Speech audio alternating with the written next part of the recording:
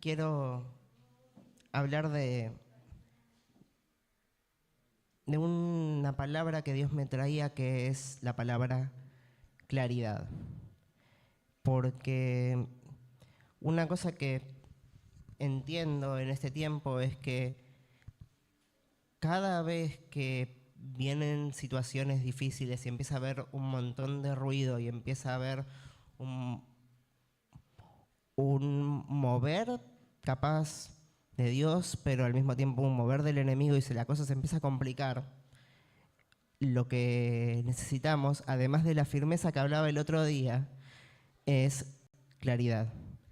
Y Dios me fue llevando a distintas historias y me iba mechando esas historias a las que Él me llevaba con ideas que venimos trabajando, así que vamos a ir mechando estas dos cosas, ¿no? Ideas que ya venimos trabajando con algunas historias que capaz que no son tan conocidas, que Dios me traía a la memoria.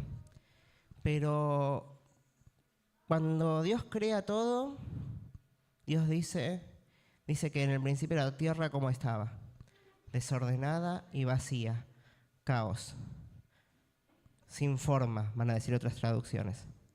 Y dice que aún en ese caos el Espíritu de Dios se movía sobre la faz de las aguas. ¿Y qué hace Dios? Habla y da una orden y dice, sea la luz, y la luz se hace, y ante esa orden de Dios, ante la voz de Dios, todo se empieza a ordenar. Y vamos a ver que este es un patrón que se repite una y otra vez en la palabra.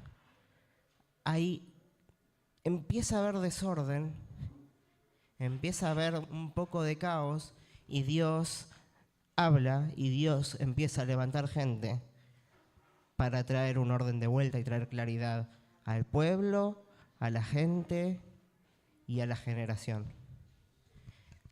Y si vamos a la historia, vamos a ver después algunas de estas historias, pero si vamos bien al principio de todo, vemos Génesis del 1 al 11, muestra como la historia general del mundo. Y Génesis 11 termina con una historia que es la historia de la Torre de Babel. Y en esta torre dice que la gente empieza a construirla porque quería ser como Dios. Una idea de orgullo, una idea que no nace de Dios y que va contrario a todo el propósito de Dios, porque el plan de Dios desde el principio, ¿cuál es?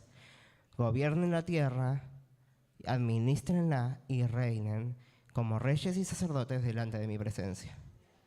O sea, es mi nombre el que tiene que ser exaltado y la gente está queriendo exaltar el suyo.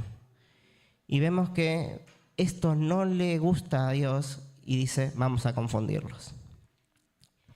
Y vemos que después hay una elipsis en el tiempo, se separan las lenguas, se separan las naciones, y es como que parecería que cada uno está haciendo lo que quiere. Y en ese momento es que Dios llama a Abraham. Dios ya empieza rompiendo el silencio y llama a una persona para de esa persona ser una nación que sea de ejemplo a todas las demás naciones. Hay caos, hay desorden, pero Dios está empezando a instaurar un modelo que tiene que marcar la diferencia. Y a Abraham lo llama Dios en Génesis 12. Pero vamos un par de capítulos más adelante y es como que Abraham venía medio trastabillando todavía y Dios le habla y le quiere confirmar su promesa en Génesis 17. Y Génesis 17 del 1 al 2 dice, cuando Abraham tenía 99 años, el Señor se apareció y dijo, yo soy el Dios Todopoderoso, anda delante de mí y sé íntegro. Así confirmaré mi pacto contigo y multiplicaré tu descendencia en gran manera. Esta última parte ya era la promesa que Dios ya le había dado. Por eso dice, voy a confirmar este pacto contigo que ya hice. Pero tenemos como este principio que ir entendiendo y vamos a ver cómo se va confirmando una y otra vez. Que siempre que hay confusión, hay temor, hay división y cada uno está haciendo lo que quiere, Dios empieza a levantar personas. con un propósito y con esta finalidad de traer claridad, entre otras cosas. Y Dios a Abraham le dice: quiero que camines delante mío y que seas íntegro. ¿Qué es caminar delante de Dios? ¿Cómo? Hacer la voluntad de Dios. Escucharlo, depender de Él. Pero generalmente tenemos como la idea que Dios va delante nuestro. Pero acá es como que Dios está diciendo: yo ya te hablé, quiero que también tomes la iniciativa y yo te voy a sostener, pero también quiero que vos camines en fe en base a la promesa que yo ya te di. Si yo ya te dije que yo voy a multiplicar tu descendencia, no importa que tengas que matar a Isaac, porque tu descendencia va a ser multiplicada y fructífera, porque yo voy a llevar a cabo mis planes y mis propósitos con tu vida. Implica una confianza y una dependencia. De vuelta, tan sensible ser a la voz de Dios que caminamos por el camino que Él ya nos marcó. Y esta idea de y seas íntegro, ¿no? Sin dobleces, sin doble ánimo, y una confianza que está tan firme que no tiene doble ánimo, que no tiene dobles intenciones y que a pesar de sus dudas sigue caminando, como va a decir en Hebreos, como viendo al invisible, porque el invisible ya habló. Entonces, esta es la actitud que tenemos que tener y la actitud que Dios le manda a Abraham en un principio. Pero es una actitud que vamos a ver que Dios va a demandar no solo de Abraham, sino de todos nosotros. Cuando nace Juan el Bautista y Zacarías recién puede hablar después de haberse quedado mudo, este es un versículo que vengo dándole vueltas hace mucho tiempo también, que está en Lucas 1, 73 al 75, y va a decir: así lo juró a Abraham nuestro padre. Nos concedió que fuéramos libres del temor, al rescatarnos del poder de nuestros enemigos, para que le sirviéramos con santidad y justicia, viviendo en su presencia todos los días. Venimos hablando bastante con algunos de este pasaje y lo que sigue también, pero es entender esto, ¿no? Dios nos rescató para que vivamos en su presencia todos los días. Es el Dios de todos los días, el Dios de la decisión que se renueva, que nuestra decisión por seguirlo y servirle se tiene que renovar de la misma forma que se renuevan sus misericordias cada mañana para con nosotros. Es responsabilidad nuestra responder todos los días, vivir en su presencia y buscarlo a Él. Y esto tiene que ver con reconocerlo en nuestros caminos, con tener en cuenta lo que Él quiere en cada decisión que vamos tomando, e incluso en las decisiones que no tomamos, cuando Él nos marca que esperemos, es ir reconociéndolo y dando los pasos que Él nos dice que tenemos que dar, y ningún otro paso. Es un llamado a vivir en santidad y en justicia. Es un llamado a vivir la identidad que tenemos en Cristo. Porque fuimos justificados por Él y somos santificados por Él. Entonces, fuera de Él no podemos hacer nada. Es una coherencia con el llamado.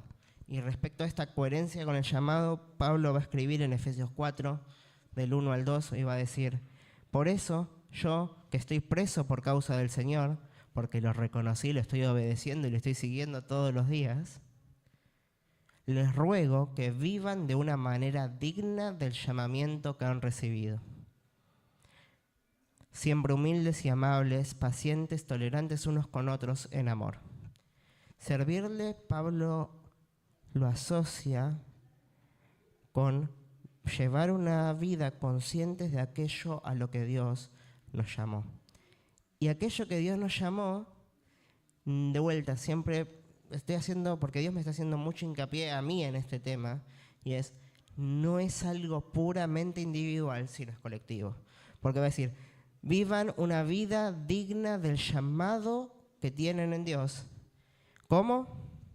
Siempre humildes, amables, pacientes y tolerantes unos con otros en amor. Está diciendo, el llamado no se vive solo, pero se vive en mi presencia. Y después de escribir todo esto es que Pablo va a empezar y va a explicar de los dones, de los ministerios, de crecer hasta el carácter de Cristo. Y todo esto se hace cuando somos conscientes de quién somos en Él. Y somos conscientes que su causa es más importante que incluso nuestros deseos y tenemos que alinearnos a esa realidad. A Abraham veníamos diciendo que Dios lo llamó para que de él salga una nación que tiene que ser ejemplo. Y esa promesa, como iglesia, la continuamos y tenemos la obligación de continuarla. Porque Israel lo creó para que sea una nación santa, una nación que esté tan en comunión con Dios y tan en la presencia de Dios que sea un modelo para todas las demás naciones. Y ahora puso una iglesia en todas las naciones para que también seamos un modelo. Y va a decir Pedro va a escribir en 1 Pedro 2:9, va a decir, pero ustedes son linaje escogido, real sacerdocio, nación santa, pueblo que pertenece a Dios, para que proclamen las obras maravillosas de aquel que los llamó de las tinieblas a su luz admirable. Nos llamó, nos sacó para que cumplamos un propósito en Él. Y ese propósito es asumir una identidad de santidad y de reyes y sacerdotes, administrar, pero viviendo en la presencia de Dios y compartiendo e impartiendo todo el tiempo esa presencia de Dios, que se tiene que impregnar en nosotros, como dice en Éxodo, que se impregna en Moisés y su rostro brillaba. A ese nivel se tiene que impregnar la presencia de Dios en cada uno de nosotros, porque dice que Él nos sacó de las tinieblas a la luz admirable, para que esa luz brille, porque una luz que se esconde debajo de la mesa no sirve de nada. Entonces, de vuelta, es asumir nuestro rol y nuestra responsabilidad en Él, sabiendo que somos reyes y sacerdotes. Y sobre estas dos realidades vamos a volver en un ratito.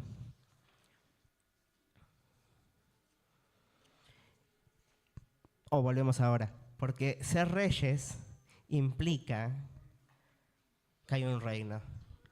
Y que haya un reino implica que hay un mensaje de un reino, hay un evangelio del reino que tiene que ser anunciado y proclamado. Y tenemos que vivir acorde a ese evangelio del reino y acorde a ese mensaje que somos llamados a predicar. Y ese reino es una realidad, pero en parte. Lo podemos vivir, lo podemos experimentar, podemos hacerlo que avance, pero todavía no vino y se estableció completamente. Pero el anuncio es que hay un reino que viene y todos los demás reyes, incluso nosotros, cuando queremos ser los reyes de nuestra propia vida, tenemos que claudicar.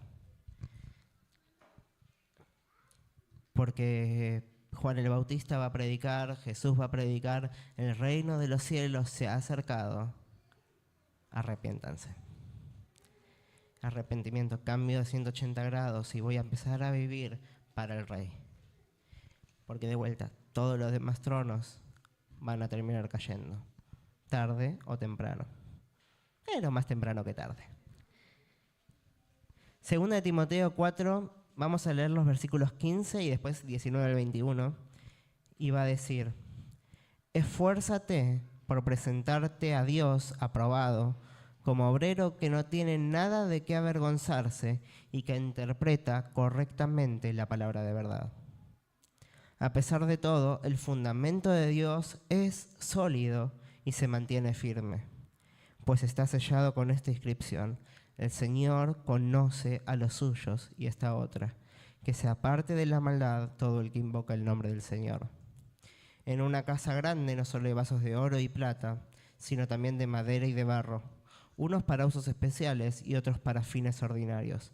Si alguien se mantiene limpio, llegará a ser un vaso noble, santificado, útil para el Señor y preparado para toda buena obra.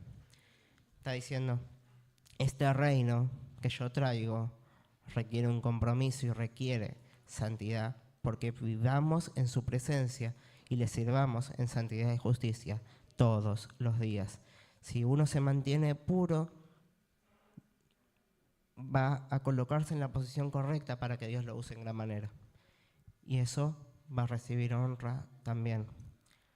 Pero acá tenemos una base y un fundamento que uno no puede dejar de repetir.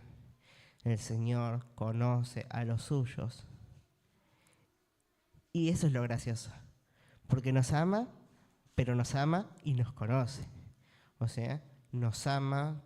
Hay un autor, creo que es Brennan Manning, que dice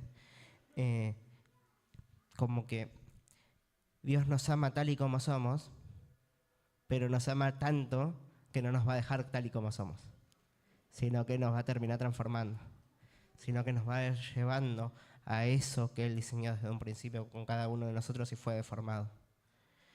Pero para eso, ¿qué tenemos que hacer? Vivir en su presencia todos los días y esforzarnos por presentarnos día a día delante de Él como obrero aprobado que no tiene nada que avergonzarse. Y entonces, cuando nos presentamos delante de Él, de esa forma dice que somos perfectos y útiles, teleios, o sea, completos, para llevar a cabo el propósito que Él quiere que llevemos, que es que seamos reyes y sacerdotes. Pero no podemos olvidarnos de este fundamento, que Dios nos conoce, nos llama a alejarnos de toda maldad, pero aún así nos ama. Gálatas 4, del 6 al 9 va a decir, ustedes ya son hijos. Dios ha enviado a nuestros corazones el espíritu de su Hijo, que clama, Abba, Padre. Así que ya no eres esclavo, sino hijo. Y como eres hijo, Dios te ha hecho también heredero. Hasta ahí lo conocemos, este pasaje, ¿no? Adopción, amor del Padre, el Espíritu Santo sellándonos en nuestro corazón. Pero sigue diciendo, antes, cuando no conocían a Dios, ustedes eran esclavos de lo que en realidad no son dioses. Pero ahora que conocen a Dios, o más bien que Dios los conoce a ustedes, ¿cómo es que quieren regresar a esos principios ineficaces y sin valor? ¿Quieren volver a ser esclavos de ellos? Acá lo que está diciendo es, sí, somos adoptados y todo, pero eso pasa porque Dios nos conoce. Y porque Dios nos conoce y nos ama, Él se da a conocer. Pero podemos siempre andar retrocediendo y alejándonos de ese amor. Y va a decir, si el fundamento del que estamos hablando es Dios nos conoce, Dios nos ama, y tenemos que llevar una vida en santidad y justicia delante de su presencia todos los días, y Dios nos conoce y nos ama, lo repito porque es importante, tenemos que afirmarnos en ese fundamento, porque va a decir, todos los demás principios no sirven para nada, acaba de decir Pablo. Son ineficaces y sin valor. Entonces, todo lo que no edificamos sobre el fundamento firme, que es Cristo, termina cayendo. Como venía diciendo, todo trono que levantamos en nuestro corazón que no sea Cristo, también va a terminar cayendo. Y somos hijos y tenemos que vivir acorde a esa identidad. Y no hacer cosas para querer agradarle a nadie que no sea Dios, pero sí reconocerlo en todos nuestros caminos, como venía diciendo, que vayamos delante de Él todos los días. Le vamos dando lugar y Él se va revelando.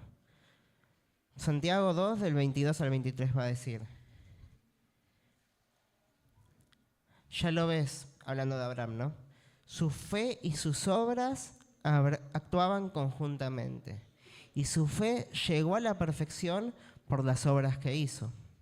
Así se cumplió la escritura que dice, creyó Abraham a Dios y esto se le tomó en cuenta como justicia y fue llamado amigo de Dios.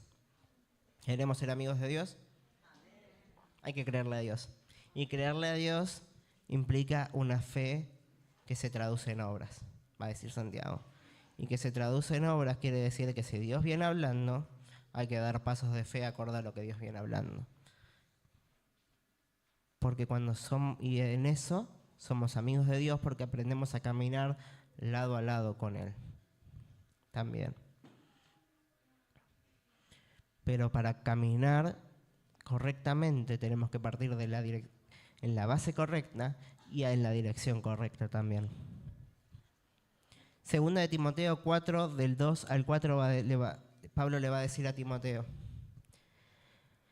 está dando instrucciones, ¿no? Predica la palabra, persiste en hacerlo, sea o no sea oportuno. Corrige, reprende, anima con mucha paciencia, sin dejar de enseñar.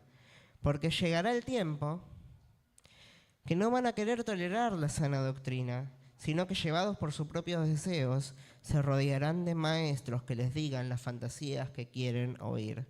Dejarán de escuchar la verdad y se volverán a los mitos. ¿Qué está diciendo? Es muy fácil corrernos de ese fundamento que es firme. Yo te encargo esto, vos predicá, enseñá, vos reafirmá estas verdades las veces que sea necesario, incluso cuando no te quieran escuchar. Porque va a empezar el momento que van a picar los oídos y todos van a querer buscar el que diga, sí, mandale, es por ahí. Y cuando pase eso, va a decir, se va a empezar a sembrar esa semilla de confusión, esa semilla de división también. Y es por eso que tenemos que levantar la palabra como el faro que sostiene todo. Y la palabra vamos a ver que es la que trae claridad una y otra vez. Tenemos que entender que sin la palabra que nos marque el camino, porque la palabra revela a Cristo, va a decir, a los que temen su nombre, a esos los llama amigos como Abraham, y a esos les hace entender su pacto. Entonces tenemos que conocer el plan, porque va a decir Jesús, va a decir en Juan 14, este sí no lo pasé, pero en Juan 14 va a decir, yo les enseño estas cosas para que cuando pasen tengan paz. Porque tenemos que conocer el plan, tenemos que entender lo que Dios quiere hacer para que cuando pase tengamos paz, no busquemos cualquier salida y podamos seguir caminando confiados, sabiendo que Dios está en el control de todas las cosas y que nunca lo pierde, ese control.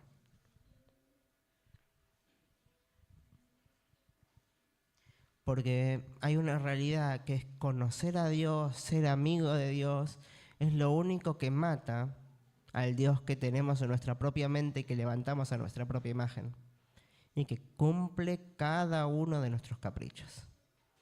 Y si no los cumple, nos frustramos.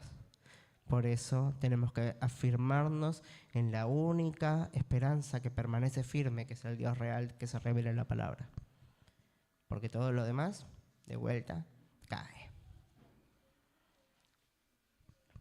Cuando Dios advierte de los tiempos de mayor confusión, venimos hablando también bastante de este pasaje, que es Apocalipsis 12:11, va a decir que hay 3 claves para que la iglesia venza, para que la iglesia permanezca firme hasta el final.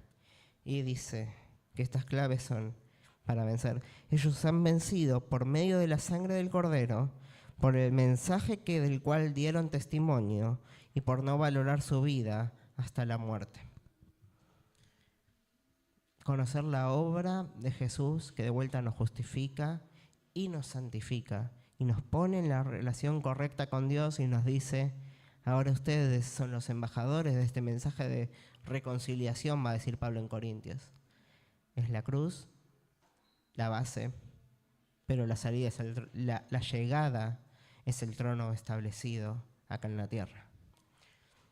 Pero va a decir, bueno, la sangre, la obra de la cruz en la cual baso todo, el mensaje del evangelio completo, como decía José cuando oraba, la suma de tu palabra es la verdad. El mensaje completo, lo dulce y lo amargo, entenderlo todo y vivir coherentemente con eso que estoy diciendo que entiendo. Porque de vuelta, el que sabe hacer lo bueno y no lo hace, está pecando. ¿Y en qué tenemos que vivir? En santidad todos los días. Dios demanda coherencia. La claridad, la firmeza, todas las cosas que estoy hablando demandan coherencia total en nuestro corazón para con Dios y para con mis hermanos, porque no podemos decir que amamos a Dios si no amamos a nuestros hermanos. Y dice, y no valoraron tanto su vida como para querer evitar la muerte. Los que saben claudicar, los que saben decir, Señor, el trono es tuyo y nada más que tuyo.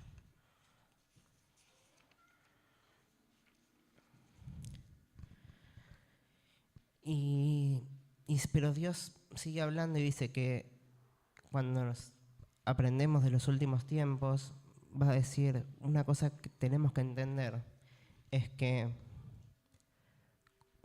a medida que vayan avanzando la oscuridad y se acerque más ese día y haya más confusión acá en la tierra, el diablo va a atacar a los santos. No estoy hablando de los santos que también van a ser atacados, pero va a atacar a todo lo que se consagra a Dios. Va a atacar a todo lo que tenga que ver con el plan y el propósito de Dios. Y en Daniel 11, 31 y 35 tenemos como una imagen muy clara de esto que quiero explicar, que se va a entender ahora, esto sí, ahora mejor a que pongo la imagen. Y habla de un rey que se va a levantar, que sabemos que son figuras del anticristo, pero dice, sus soldados se dedicarán a profanar la fortaleza del templo, suspenderán el sacrificio diario y luego establecerán la abominación que causa destrucción. Está diciendo, bueno, va a atacar a todos los santos, está diciendo acá. Y va a hacer algunas cosas que no me voy a detener ahora porque no viene el caso explicar qué es cada cosa de estas, ¿no? Pero dice, corromperá con halagos, versículo 32, a los que hayan renegado del pacto. Es decir, los que dijeron, Dios, yo no quiero saber nada con vos. No me gusta esto que estás pidiendo para mí. A todos los que reniegan de las promesas y del pacto de Dios, dice, se van a terminar corrompiendo. ¿Por qué? Porque les van a endulzar los oídos.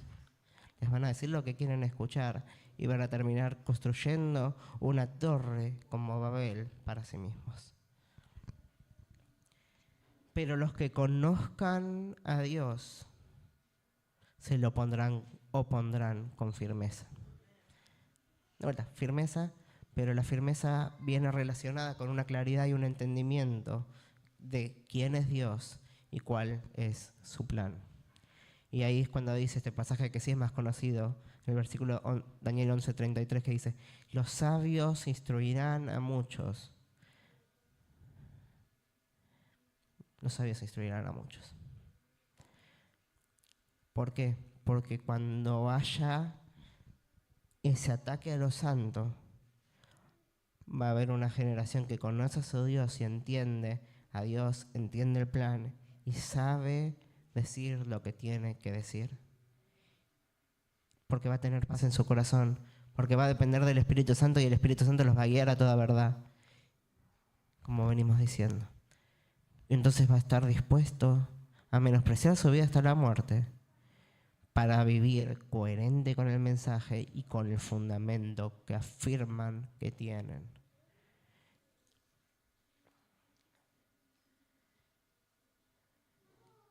El Salmo 110:3 va a decir, tu pueblo se ofrecerá voluntariamente en el día de tu poder. En la hermosura de la santidad, desde el seno de la aurora, tienes tú el rocío de tu juventud. Otras versiones van a traducir esto como, tu pueblo se ofrecerá voluntariamente, otras versiones lo van a traducir como, tus tropas estarán dispuestas. Es entender, ¿no?, que el renunciar al trono de mi corazón implica alistarme al ejército del rey del legítimo. Porque esto podemos decir como que está ocupado, pero va a caer la ocupación, va a llegar el día de. Y ese día las tropas estarán dispuestas porque saben quiénes son y saben por quién y por qué están peleando. Porque van a conocer la santidad y la van a seguir y se va a levantar la nación que se tiene que levantar, porque Dios es Dios, Rey de Reyes, dice que es reyes y sacerdotes. Pero yo les decía como que todo esto, que son versículos que venimos trabajando, capaz medio separados, que ahora estoy tratando de conectar de alguna forma, pero Dios me mostraba, ¿no?, con esta idea de que el diablo va a atacar a todo lo que es santo y va a querer deformar la imagen de Dios. Y va a decir, va a levantar reyes que no están conforme al corazón y también se van a levantar sacerdotes que no están conforme al corazón. Y en la Biblia tenemos ejemplos de los dos para tirar y para sacar. Y Dios me trajo uno y uno muy puntual, y no me quiero detener mucho con estas historias, pero van a servir de ejemplo, porque ahora sí quiero como entrar en la parte práctica de lo que quiero enseñar y vamos a aprender de estas figuras pasos bien claros de lo que no hay que hacer y después con otra figura más de lo que sí hay que hacer. Bien, la primera figura, Daniel 5, 22 al 28, vamos a leer. Contexto: muere Nabucodonosor, que era del que más se habla, del de los sueños, del que les dice, instruyanlos, denles de comer, y Daniel dice, yo no me voy a contaminar. Todo eso pasa con el anterior a este rey de acá. Este es el hijo, y dice que se había llevado todas las cosas santas del templo y estaba viva la pepa ahí tomando con sus amiguitos en las cosas santas. Y dice que aparece, que Dios hace algo que esto sí nunca lo vi repetirse en la Biblia, que es que escribe en la pared. Y escribe en la pared estas palabras que son Mene, Mene, Tekel, Parsin, que dice que este rey se asusta y dice que llama a todos sus brujos, a todos sus adivinos, a todas estas cosas que no sirven para nada. Y ninguno sabe interpretar las palabras estas que estaban escritas en la pared. Hasta que se acuerdan que había uno que interpretaba los sueños de su padre. Y ahí es cuando mandan a llamar a Daniel. Y Daniel cae y dice, hola, sí. Ah, bueno, esto sí, dale, ahí te lo traduzco. Y él lo traduce, pero antes de traducirlo y darle la explicación, le empieza a tirar todo lo que Dios quería que le diga, ¿no?, a este rey. Porque de vuelta, Daniel sabía quién era y Daniel sabía lo que Dios quería. Porque no han entendido los tiempos. ¿Por qué? Porque había dispuesto a no contaminarse. Entonces, vamos a leer la explicación, no toda, pero desde el versículo 22. Pero usted, Belsasar, siendo su hijo, no se humilló a pesar de saber todo lo que había pasado con su padre. Por el contrario, se ha opuesto al Señor del cielo, mandando traer de su templo las copas para que beban en ella usted y sus nobles, sus esposas y concubinas. Usted glorificó a los dioses de oro, plata, hierro, madera y piedra, dioses que no pueden ni oír, ni ver, ni entender. Pero no glorificó a Dios, en cuyas manos se encuentra su vida y todos sus caminos. Por eso Dios ha enviado esa mano a escribir lo que allí aparece. Mene, Mene, Tekel, Parsin. Pues bien, esto es lo que significan estas palabras. Mene, Dios ha contado los días de su reino y les ha puesto un límite. Tekel, ha sido puesto en la balanza y no pesa lo que debería pesar. Pérez, su reino se ha dividido y ha entregado a medos y persas. ¿Qué es lo que está diciendo acá? Vos, conociendo ya estos patrones y que tu viejo una y otra vez se quiso subir al trono él y Dios lo bajó a cachetazos, porque es de verdad, si leen la historia van a ver que Dios lo baja y lo humilla un montón hasta que lo termina reconociendo. Dice, vos querés hacer la tuya, no aprendiste, y ¿sabes qué? Tu reino tiene los días contados. Pero esto aplica para él y aplica para todos nosotros. Todos nuestros reinos personales tienen los días contados. Todo lo que no es del reino, chau. ¿Por qué? Dice, porque has sido puesto en la balanza y no pesas lo que tienes que pesar. Nada de lo que hiciste te limpia delante de Dios. Nada de lo que hiciste te justifica delante de Dios. Nada de lo que hiciste te pone en la relación correcta con Dios y nada de lo que hiciste sirve para nada, está diciendo. ¿Por qué? Porque lo único que pesa más que nuestro pecado es la sangre del Cordero. Entonces lo que dice es, todo reino tiene los días contados. Y Dios levanta gente con claridad anunciando este mensaje. Y dice, arrepiéntanse, claudiquen, porque hay un rey legítimo que está viniendo. Entonces, de la figura del rey, de este rey corrupto, ¿qué podemos aprender? ¿Qué es lo que le dice Daniel? No te arrepentiste, no aprendiste de tus errores, te toca claudicar. Y bueno, ya me voy a adelantar cómo vamos a terminar, pero vamos a tener que arrepentirnos y claudicar nosotros también. Cerramos esta historia. Rey corrupto, aprendimos algo. Toca sacerdote corrupto. Ayer justo estábamos hablando en el grupo de Elí y sus hijos, que eran unos corruptos asquerosos. Y dice que, de vuelta, ¿qué hacían? Menospreciaban las ofrendas. O sea, que lo mismo que hacía este rey, no cuidar lo que estaba consagrado para Dios. No darle la importancia que se merece lo que es santo.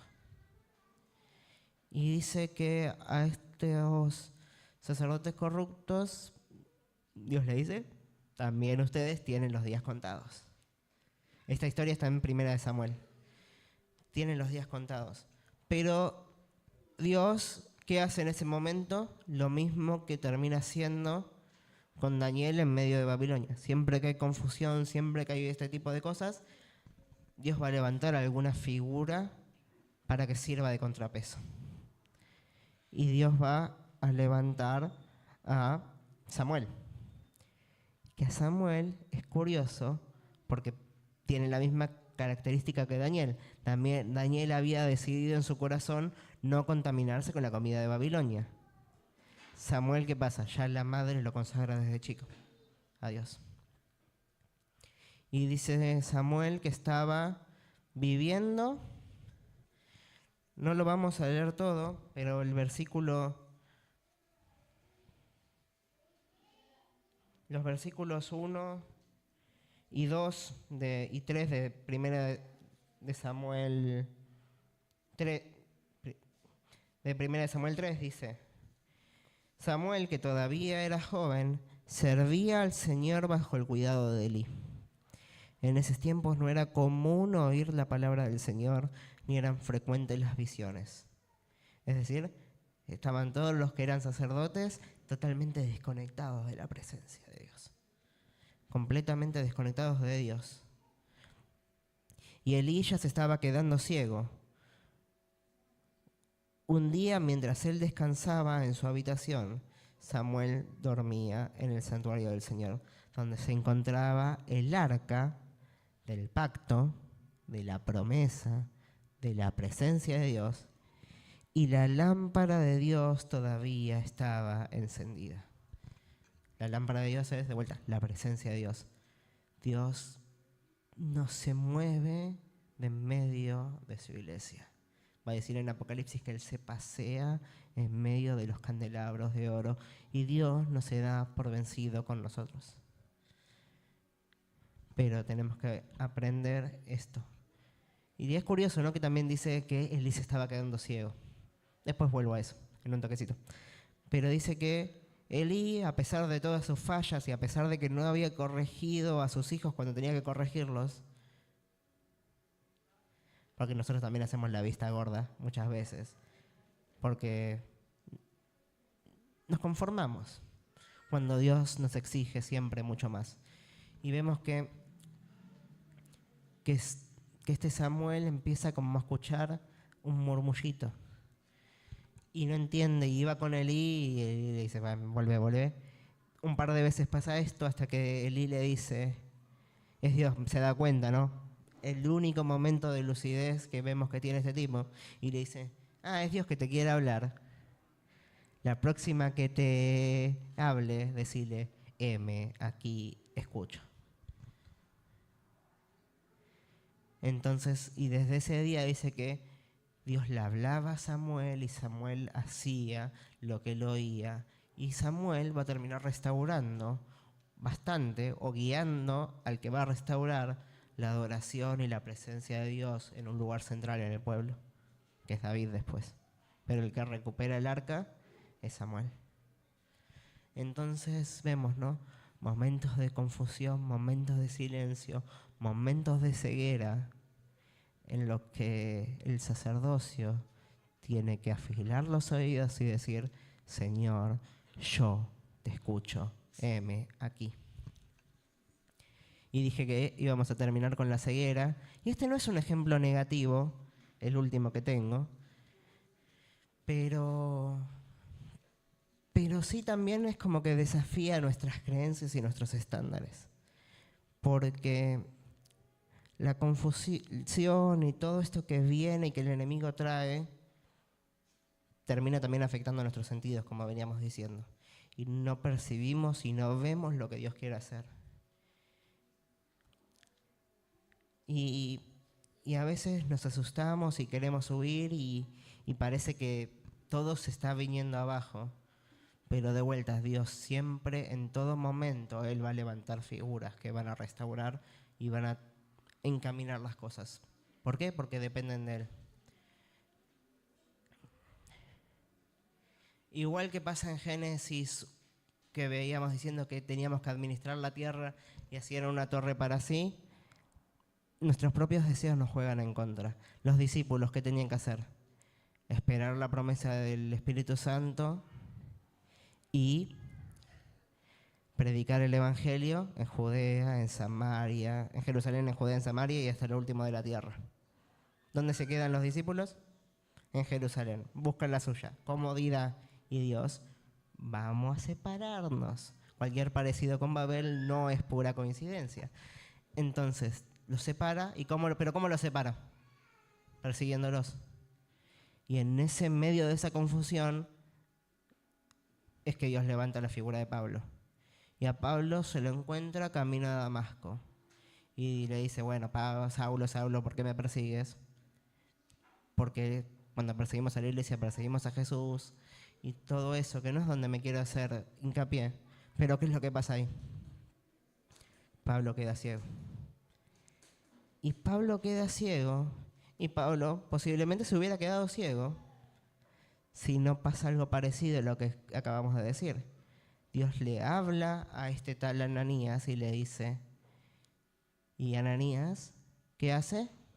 Responde, heme, aquí, escucho, pero lo que escuchó no le gustaba. Porque dice, bueno, anda y predicale a este Pablo. Anda y orale a este Pablo que reciba el Espíritu Santo.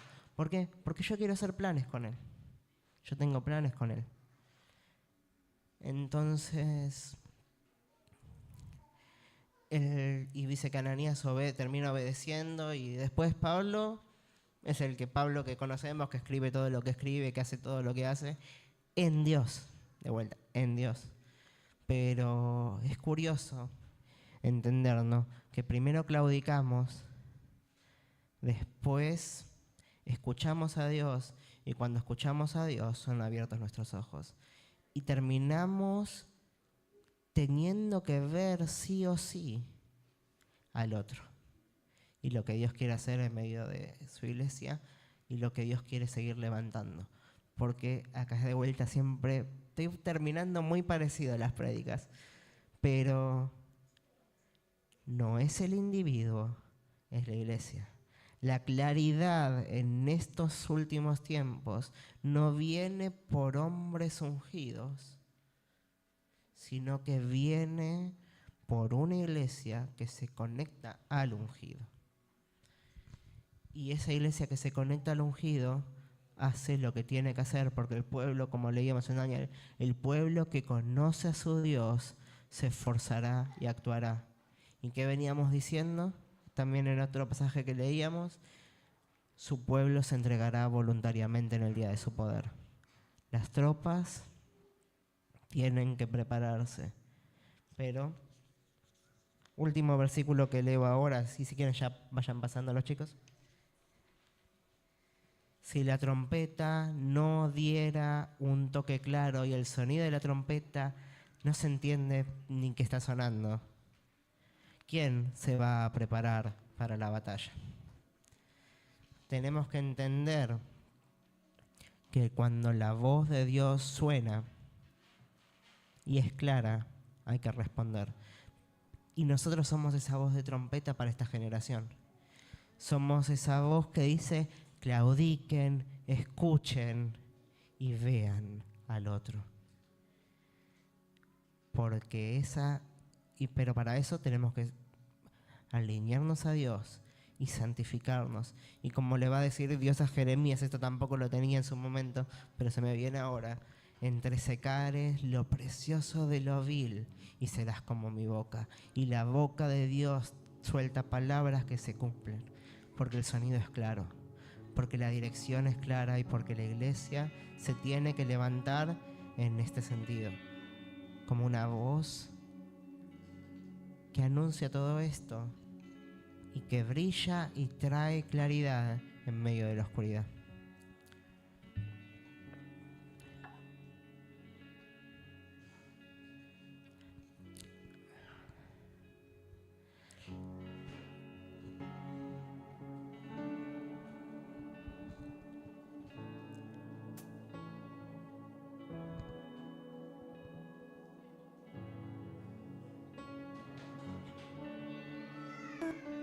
Conmigo me enseñas a confiar como Abraham. Tú lo llamaste amigo.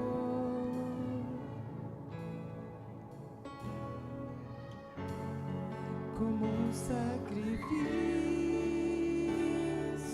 vivo, me presento ante tu altar, hasta que Cristo sea formado en mí.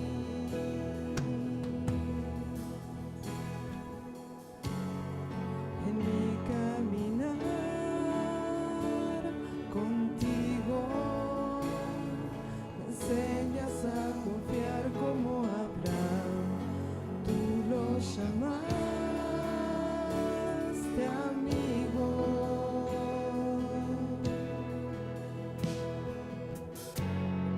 Como un sacrificio vivo, me presento ante tu altar, hasta que Cristo sea formado en mí.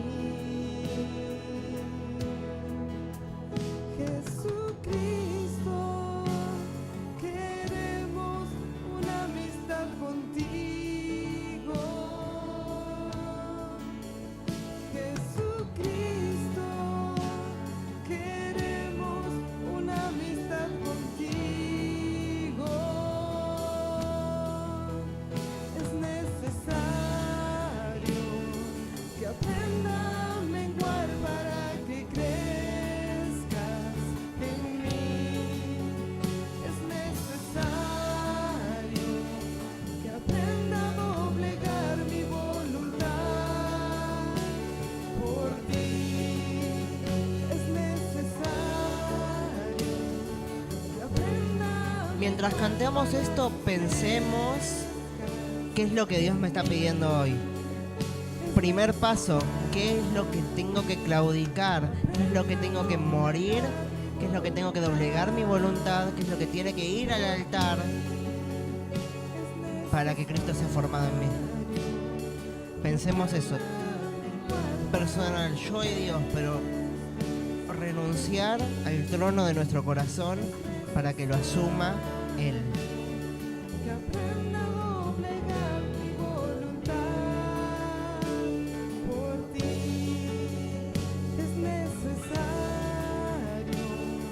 que aprenda a menguar para que crezcas en mí. Es necesario que aprenda a doblegar mi voluntad por ti. Por ti, por ti, oh. Y ahora tomémonos un instante para escuchar a Dios, porque Dios sigue hablando. Que Él nos diga qué es lo que quiere que levantemos en este tiempo.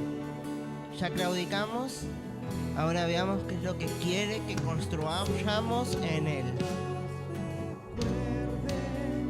Como amigos de un solo rey, que el cielo escuche un canto desde la tierra y se una a cantar. Que el cielo nos recuerde como amigos de un solo rey. Que el cielo escuche un canto desde la tierra y se una a cantar. Santo, santo, digno de recibir toda la gloria. Santo, santo, digno de recibir toda la gloria. Santo, santo, digno de recibir. Es necesario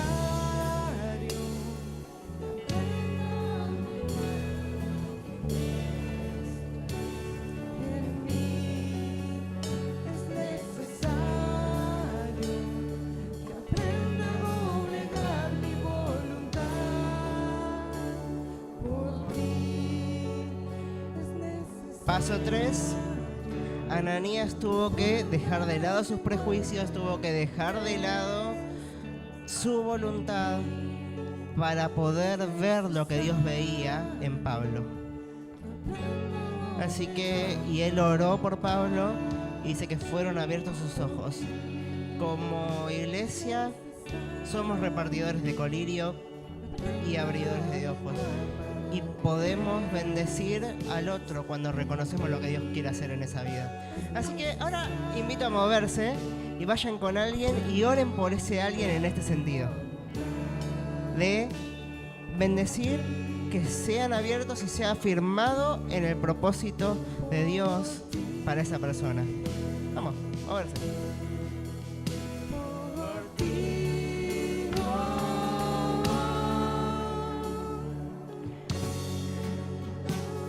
Recuerde de un solo rey.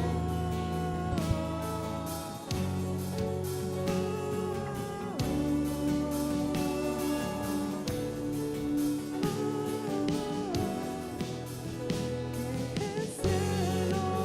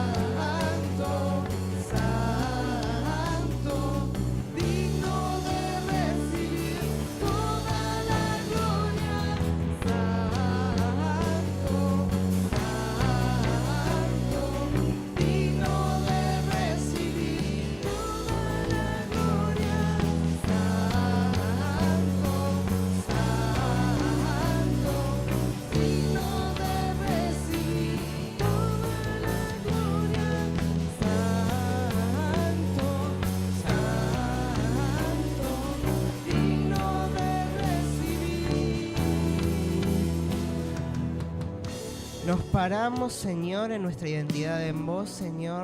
Nos alineamos a lo que vos querés hacer. Nos afirmamos en el fundamento más sólido, que es que vos nos conocés y vos nos amás. Y respondemos mirándote a vos y entregando todo lo que hay que entregar, Señor, porque nos importa tu plan. Nos comprometemos con tu plan. Nos comprometemos con el que ha de venir, porque ese es el único canto que vale. Cuando la iglesia se alinea al Padre y al corazón del Padre, el canto es claro, porque dice: ven, oh Rey, a reinar. Que tu reino se establezca en medio nuestro, y porque te queremos a vos. Porque te queremos a vos, porque sabemos que todo va a ser completo cuando vos vengas a reinar. Alfa y Omega, aquel fue, aquel es y que vendrá.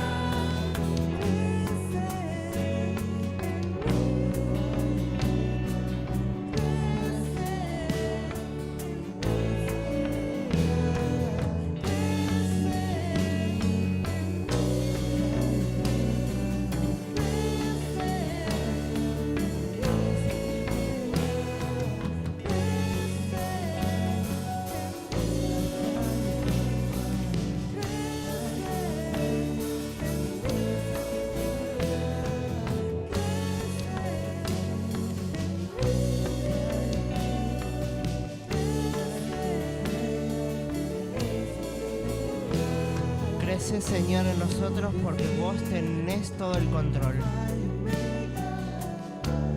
Y crece en medio de tu iglesia también.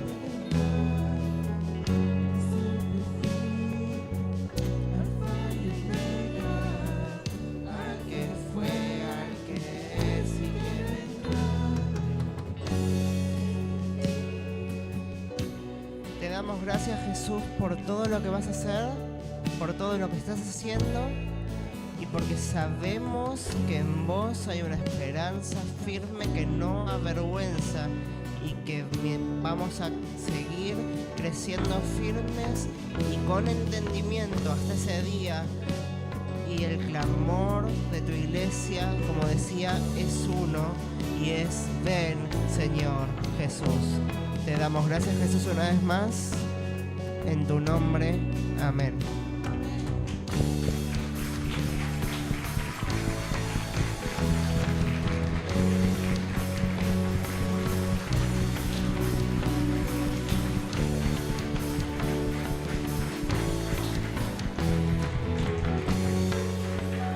Y con eso nos estamos viendo el miércoles a las 7:30. Nos vemos, iglesia.